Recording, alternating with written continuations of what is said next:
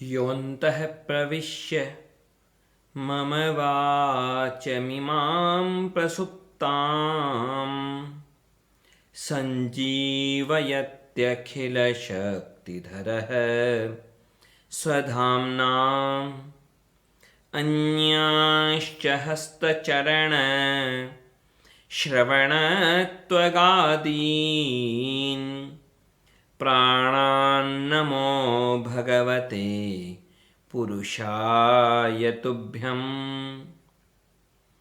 श्रीवीरराघवदयार्द्रकृपावतारम् श्रीजानकीश पदपद्मपरागभृङ्गम् श्रीश्रीधरार्य चरणाम्बुजलग्नमौलिं श्रीदेशिकार्य घनश्यामगुरुं नमामहम्।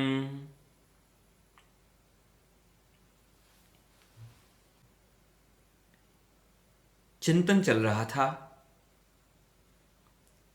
परम पद सोपान के विवेक पर्व के अंतर्गत कि कैसा विवेक रहे शिष्य का। आप और हम सब शिष्य हैं, कहलाते हैं सब शिष्य। तो हम सच्चे शिष्य बन सकें, कैसा हो एक शिष्य का विवेक। चिंतन है विवेक पर्व का, तो कैसा हो एक शिष्य का विवेक, उसी बारे में चिंतन हो रहा था। स्वयं वेदांत देशिक स्वामी जी महाराज ने अपने ही दूसरे ग्रंथ में न्यास विंशति में शिष्य के 14 लक्षणों का वर्णन किया था। उसमें पहले लक्षण का चिंतन था सद्बुद्धि। बुद्धि कैसी हो, हमारी बुद्धि कैसी हो, हमारी बुद्धि सात्विक हो। बुद्धि में तो सारे विषय आते जाते रहेंगे, बुद्धि में तो बहुत चीजों का प्रभाव होगा, लेकिन यह हमें हमेशा ध्यान रहे कि हमारी बुद्धि कैसी हो। हम अपनी बुद्धि की भी परख करते रहें अपने आप। किसी दूसरे को बताने की बात नहीं है, यहां अपने आप को बताने की बात है, अपने आप को समझने की बात है कि हमारी बुद्धि कैसी है, हमारी बुद्धि में चिंतन कैसा है, हमारी बुद्धि क्या निर्णय करती है। ये जो अंतःकरण है, शास्त्रों में कहते हैं अंतःकरण चतुष्टय, मन, बुद्धि, चित्त और अहंकार। ये जिससे अधिकतर केवल मन या केवल बुद्धि कहा जाता है, वह केवल मन नहीं है, वह केवल चित्त नहीं है। वहां 4 चीजें एक साथ हैं, मन, बुद्धि, चित्त और अहंकार। यहां जिस अहंकार की बात हो रही है, यह अहंकार अलग है, और सामान्य तौर पर जिस अहंकार शब्द का प्रयोग हम लोग करते हैं, वह अहंकार शब्द एक अलग चीज है। सामान्य तौर पर जिस अहंकार का हम प्रयोग करते हैं, वह अहंकार यानी अभिमान, ईगो, अपने आप को सबसे बड़ा मानना, तो वह अहंकार तो दोष है। यहां पर जिस अहंकार का तात्पर्य है, यह अहंकार है अस्तित्व का अनुभव, अपने आप के होने का अनुभव। अपने आप के अस्तित्व का अनुभव करना कोई दोष नहीं है, वह तो एक सामान्य बात है। यहां पर 4 बातें मिलकर के अंतःकरण चतुष्टय बनते हैं। अहंकार के बारे में संक्षेप में कहा और मन क्या करता है? मन करता है कार्य संकल्प विकल्प लाने का। कई बार जो लोग पूछते हैं कई बार कि क्या करें, मन तो बड़ा बेचैन रहता है, मन बड़ा चंचल रहता है, मन कभी स्थिर नहीं होता, मन को स्थिर कैसे करें? तो ये बात ही कई बार यह प्रश्न ही गलत होता है। प्रश्न ही गलत होगा तो उत्तर सही कहां से होगा? मन का स्वभाव है चंचल होना, मन का स्वभाव है। जैसे पानी का ठंडा होना उसका स्वभाव है, कितना भी गर्म करो पानी को, पानी ठंडा हो जाता है। जैसे अग्नि का स्वभाव है गर्म होना, वैसे ही मन का स्वभाव है चंचल होना। मन का कार्य ही यही है, संकल्प विकल्प, संकल्प विकल्प, ऐसा करूं वैसा करूं, क्या करूं क्या नहीं करूं, यह मन की स्थिति है। और यह भी हमें ध्यान रहे कि अच्छे से अच्छा विकल्प हो सामने या बुरे से बुरा हो विकल्प सामने, यह मन लाता है विकल्प। मन नौकर है, इस बात का भी हमें ध्यान रहे। अब मन कैसे भी संकल्प विकल्प हमारे सामने लाए, वहां उस मन को दोषी मत कहिए। निर्णय का कार्य किसका है? निर्णय का कार्य है बुद्धि का। तत्व निश्चयात्मिका बुद्धि ही निर्णय करने वाली बुद्धि होती है। निर्णय करने का काम मन का नहीं होता। मन का काम होता है विकल्प देना, ऐसा करो नहीं तो वैसा करो, नहीं तो वैसा करो। निर्णय करती है बुद्धि। तो यहां बात किसकी है? यहां मन की बात नहीं है, यहां अहंकार की बात नहीं है, चित्त की बात नहीं है। चित्त क्या है? चित्त चैतन्यता का स्वरूप है। तो हर व्यक्ति चैतन्य है, तभी तो वह इन चीजों का अनुभव करता है। तो यहां सद्बुद्धि का तात्पर्य क्या है? कि मन कैसे भी विकल्प लाए और अपने पूर्व जन्मों के कर्म कैसे भी परिस्थिति लाए, लेकिन हमारी बुद्धि सही निर्णय करे। सात्विक बुद्धि सात्विक निर्णय करती है, तामसिक बुद्धि तामसिक निर्णय करती है, और रजोगुणी बुद्धि रजोगुण जैसे निर्णय करती है। सात्विक बुद्धि निर्णय करेगी ऐसा कि जो निर्णय हमें सच्चिदानंद स्वरूप परमात्मा के श्री चरणों में पहुंचा सके, ऐसा निर्णय करेगी सद्बुद्धि। सच्चिदानंद कहते हैं ना जब भगवान को, तो क्यों कहते हैं? सत्य यानी जो सत्वमय हैं, उन परमात्मा से जोड़े जो हमें, तब वह बुद्धि हमारी सात्विक कहलाएगी। हमारा जो निर्णय, हमारा जो व्यवहार हमें भगवान की ओर ले जाता है, भगवान के श्री चरणों तक पहुंचाता है, वही बुद्धि सात्विक है। और हमारे जो निर्णय भले ही हमें धन संपत्ति मान प्रतिष्ठा दिलवा देवे, लेकिन जो निर्णय हमें हमारे भगवान से दूर कर देवे, यदि हम भगवान को अपना चेहरा दिखाने लायक न बचें, तो फिर हमारे सारे निर्णय व्यर्थ हैं, हमारी बुद्धि व्यर्थ है, हमारा बुद्धिमान कहलाना भी भार है। बुद्धिमान तो सब होते होंगे थोड़े बहुत, परंतु सात्विकता है बुद्धि में और वह सात्विक निर्णय करे हमारी बुद्धि, तब जाकर के उस बुद्धि का होना सार्थक है। सद्बुद्धि शिष्य क्या चाहता है?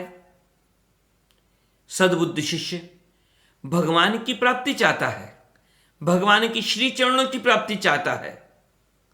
इसलिए सद्बुद्धि शिष्य गुरु के श्री चरणों में पहुंचता है पहले। गुरु से क्या चाहता है वह?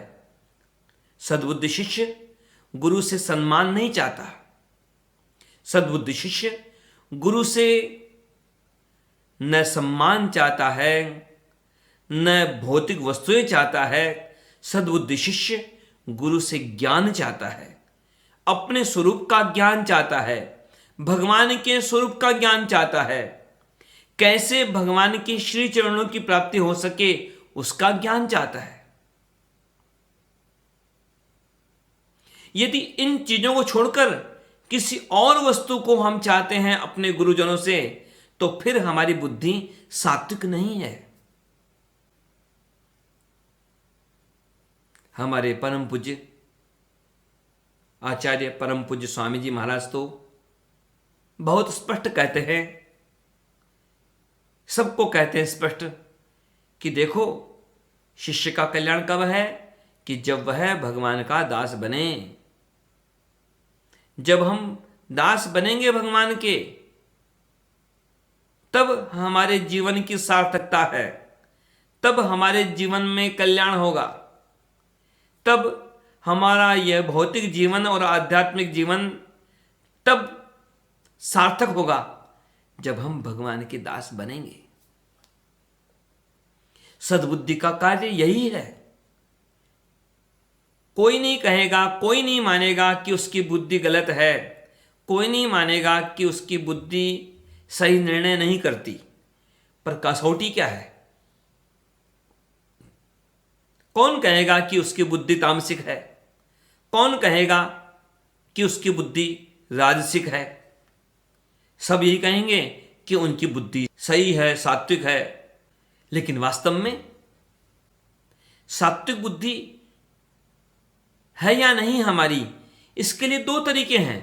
किसी भी चीज को स्पष्ट करने के लिए दो तरीके होते हैं। या तो उसके समान कोई उदाहरण हो, उसके समान कोई परिस्थिति और समान कोई व्यक्ति हो, और या फिर उसके बिल्कुल विपरीत कुछ हो। समान चीज से तुलना हो जाती है कि ऐसा होना चाहिए, और विपरीत चीज से तुलना करके हो जाता है कि ऐसा नहीं होना चाहिए। जैसे कि शास्त्रों में कहा गया, जैसे रामायण है, राम कथा है, तो उनके चरित्रों के बारे में हम सुनते हैं। कोई कम जानता है, कोई ज़्यादा जानता है, किसी ने कम सुना, किसी ने ज़्यादा सुना। लेकिन जो रामायण है, महाभारत है, इनके चरित्रों को हम जानते हैं, थोड़ा बहुत तो सब जानते हैं। तो ये भी चरित्र हमें शिक्षा देते हैं। हर चरित्र उनमें, राम कथा का सार किसी ने जानना चाहा कि सार क्या, तो उपदेश की दृष्टि में कहा गया कि रामादिवत वर्तितव्यम न रावणादिवत, कि राम जी जैसों के अनुसार हम चलें। राम जी जैसे यानी राम जी, लक्ष्मण जी, भरत जी, शत्रुघ्न जी, हनुमान जी महाराज, तो इनके जैसों का जो व्यवहार है, राम जी जैसों का, राम जी और राम जी के जो साथ में हैं उनके जैसा हमारा व्यवहार हो। न रावणादिवत, रावण जैसों जैसा व्यवहार हमारा न हो। रावण जैसे कौन? रावण, कुंभकर्ण, मेघनाद, तो ये जो लोग हैं इनके जैसा हमारा व्यवहार न हो। ये तुलना, ऐसा हो और ऐसा न हो। रावण के साथ क्या समस्या? रावण के साथ रावण, कुंभकर्ण, मेघनाद अति अहंकारी, मैं, उस मैं से छुटकारा ही नहीं उनके जीवन में। ये क्या है? ये सद्बुद्धि नहीं है, ये दुर्बुद्धि है। क्या कमी थी रावण के पास में? सोने की लंका थी, धन की कमी नहीं, वीरता भी थी, बहुत बलवान था, देवताओं को हरा दिया। लेकिन समस्या क्या? उसके मैं की सीमा नहीं थी, उसके अहंकार की कहीं कोई सीमा ही नहीं थी। कहां प्रसंग आता है कि राम जी रावण का वध करके सीता जी को लेकर के पुष्पक विमान में सबके साथ प्रस्थान किए अयोध्या की ओर। तो उधर जब लंका से प्रस्थान किया ही था तो वहां राम जी ने सीता जी को दिखाया युद्ध स्थल और बताया कि यहां पर उस रावण का वध किया गया, यहां रावण मारा गया। अब राम जी ने जब एक बार कहा कि यहां पर रावण मारा गया तो सीता जी ने पूछ लिया, क्या कह रहे हैं आप, क्या कहा कि यहां रावण मारा गया। राम जी ने दोबारा कह दिया। सीता जी ने फिर पूछ लिया कि आप ऐसा क्यों कर रहे हैं कि यहां रावण मारा गया, आप सीधी बात क्यों नहीं कह देते कि आपने रावण को मारा। सीधी बात कह दीजिए आप कि मैंने यहां पर रावण को मारा। राम जी ने कह दिया कि देखो देखो, मैंने रावण को मारा ऐसा नहीं था कि आपने नहीं मारा, सबको यही पता है कि आपने रावण को मारा। राम जी ने वहां एक बड़ी सुंदर बात कही। राम जी ने कहा, मैंने रावण को नहीं मारा, मैंने रावण को मारा। जो मैं था रावण का मैं, रावण का अहंकार, उस अहंकार ने रावण को मारा, मैंने क्या मारा रावण को। यही बात है। हम सद्बुद्धि बने। राम जी ने इतने महान महान कार्य किए लेकिन उन्होंने अपने मैं को अपने पर कभी हावी नहीं होने दिया। वो भगवान है, वह बात तो है ही, लेकिन साथ ही साथ यह भी ध्यान रहे कि एक चरित्र की दृष्टि से देखें तो उनके पूरे जीवन में कहीं पर मैं का अता पता नहीं है, कहीं पर अभिमान नहीं है। हनुमान जी को देखिए, हनुमान जी महाराज को देखिए, वो तो बस यही घोषणा करते हैं बार बार, मैं तो राम जी का दास, मैं तो राम जी का दास, दासो हम कौशलंदस्य। तो यह है सद्बुद्धि। अपने आप को भगवान का दास मानना, अपने आप को अहंकार शून्य रखना, यह है सद्बुद्धि। और अपने आप को सबसे बड़ा मानना, अपने आप को सबसे ऊंचा, सबसे श्रेष्ठ मानना, सबको अपने इशारों पर नचाने की इच्छा रखना, यह है अभिमान, यह है मैं, यह है दुर्बुद्धि। हमें चिंतन करते रहना होगा कि हम सद्बुद्धि बने। ये चरित्र हमारे लिए बार बार तुलना करने के लिए प्रसंग हैं, तुलना करने के अवसर हैं। एक दार्शनिक ने बड़ी सुंदर बात कही कि सज्जन भी मेरा गुरु है और दुर्जन भी मेरा गुरु है। किसी ने पूछा, ऐसी कैसी बात, सज्जन तो गुरु होता है पर दुर्जन गुरु कैसे हुआ। तो उस दार्शनिक ने कहा कि देखो, सज्जन इसलिए गुरु है कि सज्जन से मुझे यह सीखने को मिलता है कि मुझे क्या करना चाहिए, और दुर्जन को देख करके मुझे यह सीखने को मिलता है कि मुझे क्या नहीं करना चाहिए। इसलिए दोनों ही गुरु हैं। जिनसे भी कुछ भी सीखने को मिले, क्या करना है वह सीखने को मिला, वह सज्जन तो है ही गुरु।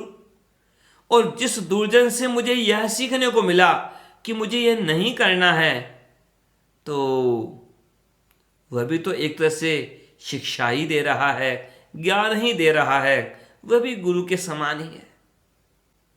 उस दार्शनिक की बात, उसका चिंतन, लेकिन बात वही है। हर बार, हर जगह, हर परिस्थिति में हमारा चिंतन हो कि हमारी बुद्धि सात्विक है या नहीं, उसकी परीक्षा, उसकी कसौटी यही है कि हमारी बुद्धि का निर्णय हमें भगवान के निकट ले जा रहा है या हमें भगवान से दूर ले जा रहा है। हमारे निर्णय हमें वैकुंठ की तरफ ले जा रहे हैं या हमारे निर्णय हमें नरक की तरफ ले जा रहे हैं, वही कसौटी है। यदि हमारे निर्णय हमें भगवान की ओर ले जा रहे हैं, भगवान के श्री चरणों की तरफ ले जा रहे हैं, तो हमारी बुद्धि सद्बुद्धि है। और यदि हमारे निर्णय हमें नरक की तरफ ले जा रहे हैं, तो हमारी बुद्धि सद्बुद्धि नहीं है। जो तुलना के प्रसंग उपलब्ध होते हैं राम जी के और रावण के, बाहर से देखो तो कई समानताएं मिलेंगी आपको। रावण और राम दोनों के नाम का आरंभ कहां से हो रहा है? रा शब्द से। रा, राम जी के नाम में भी रा है और रावण के नाम में भी रा है। दोनों के नाम का आरंभ र शब्द से हो रहा है, र अक्षर से हो रहा है, लेकिन समानता केवल नाम तक सीमित रह गई, आचरण में कहीं नहीं आई। अब रावण की हालत कैसी? रावण ने अपने अहंकार को संतुष्ट करने के लिए अपने सारे सैनिक मरवा डाले, पूरे राक्षस कुल का नाश करवा डाला, अपने सारे बेटों को मरवा दिया, अपने पोतों को मरवा दिया, सबको, पूरी लंका नगरी को दांव पर लगा दिया। खुद मरा कब? अंत में मरा। रावण को इस बात की कोई परवाह नहीं है कि उसके लिए उसके बेटे पोते मर रहे हैं, कि उसके सैनिक मर रहे हैं। खुद मरा है अंत में, अपने आप को उसने दांव पर नहीं लगाया, बल्कि राक्षसों को डांटता था। यदि कोई राक्षस युद्ध में व्याकुल होकर के भाग रहा है मैदान छोड़कर, तो उल्टा डांटता, उल्टा उन्हें धमकी देता। यह नहीं कहता उन्हें कि अरे तुम्हें चोट लगी है, तुम अपना इलाज करा लो फिर आ जाना। उल्टा डांटता कि जो राक्षस युद्ध छोड़ के भागेगा, तो रावण कहता कि मैं उससे पहले मार दूंगा। रावण ऐसा। और तुलना करो राम जी से। रावण तो ऐसा दुष्ट है, और राम जी की बात कैसी? वहीं राम रावण युद्ध में एक बार विभीषण जब दिखा सामने, तो रावण ने एक भयानक शक्ति उस विभीषण को मारने के लिए चलाई। शक्ति एक तरह का अस्त्र,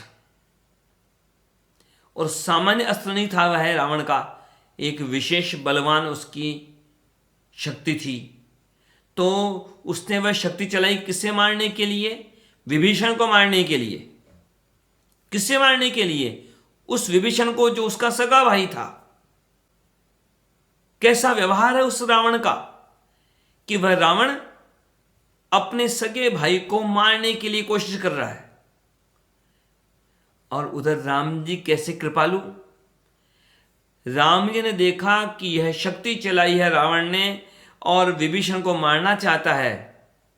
दूसरा कोई होता तो साइड हो जाता, किनारे हो जाता कि ठीक है ये जानो भाई भाई झगड़ा करते बैठो।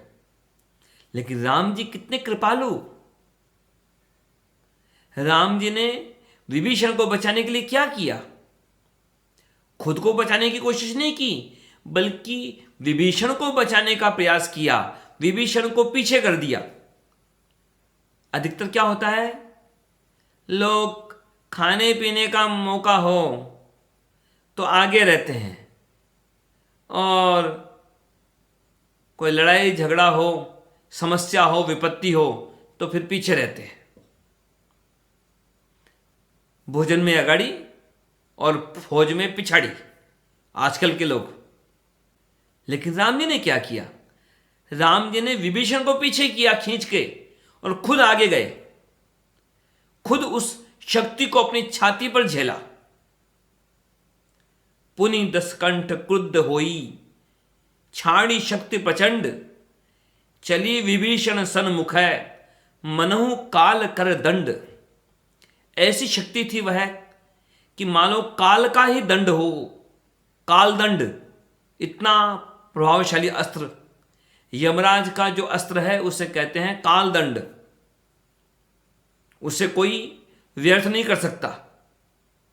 बाकी सब चीजों का उपाय कर ले कोई, पर यमराज का जब काल दंड चलता है उसको कोई लौटा नहीं सकता। राम जी भी जानते थे कि यह जो शक्ति चलाई है इस रावण ने, इस शक्ति को लौटाया नहीं जा सकता है। किसी न किसी को तो अवश्य ही इसे भुगतना पड़ेगा, किसी न किसी को तो इसे सहना पड़ेगा। और राम जी ने क्या किया? राम जी ने किया ऐसा कार्य, उस शक्ति को अपनी छाती पर सहन किया। आवत दे की शक्ति अति घोरा, प्रहता रति भंजनपन मोरा, तुरत विभीषण पाछे मेला, सन्मुख राम सहेव सोई सेला। कितनी कृपालु राम जी! विभीषण को मारने के लिए चलाई गई शक्ति को राम जी ने अपनी छाती पर झेला, उस चोट को स्वयं स्वीकार किया, स्वयं सहन किया। यह राम जी की बात। तुलना करें हम अपने आप के बारे में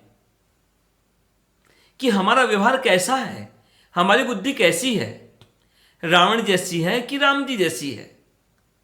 रावण अपनी समस्या को दूसरे के गले पर डालता है, और राम जी क्या करते हैं? दूसरों की विपत्ति को खुद सहन करते हैं, क्योंकि राम जी सबको अपना मानते हैं और रावण के लिए सब बलि के बकरे हैं। रावण को किसी से कोई लेना देना नहीं है, उसे केवल अपने स्वार्थ से लेना देना है। और राम जी का क्या है? राम जी सबका कल्याण चाहते हैं, सब पर कृपा करते हैं। इन सब चरित्रों का चिंतन हमारे लिए आवश्यक है। हम तुलनाएं करें बार बार, हमारी बुद्धि का निर्णय ही हमें परख करके बताएगा कि हमारी बुद्धि सद्बुद्धि है या रजोगुणी बुद्धि है या तमोगुणी बुद्धि है या दुर्बुद्धि है। भगवान के श्री चरणों में प्रार्थना है कि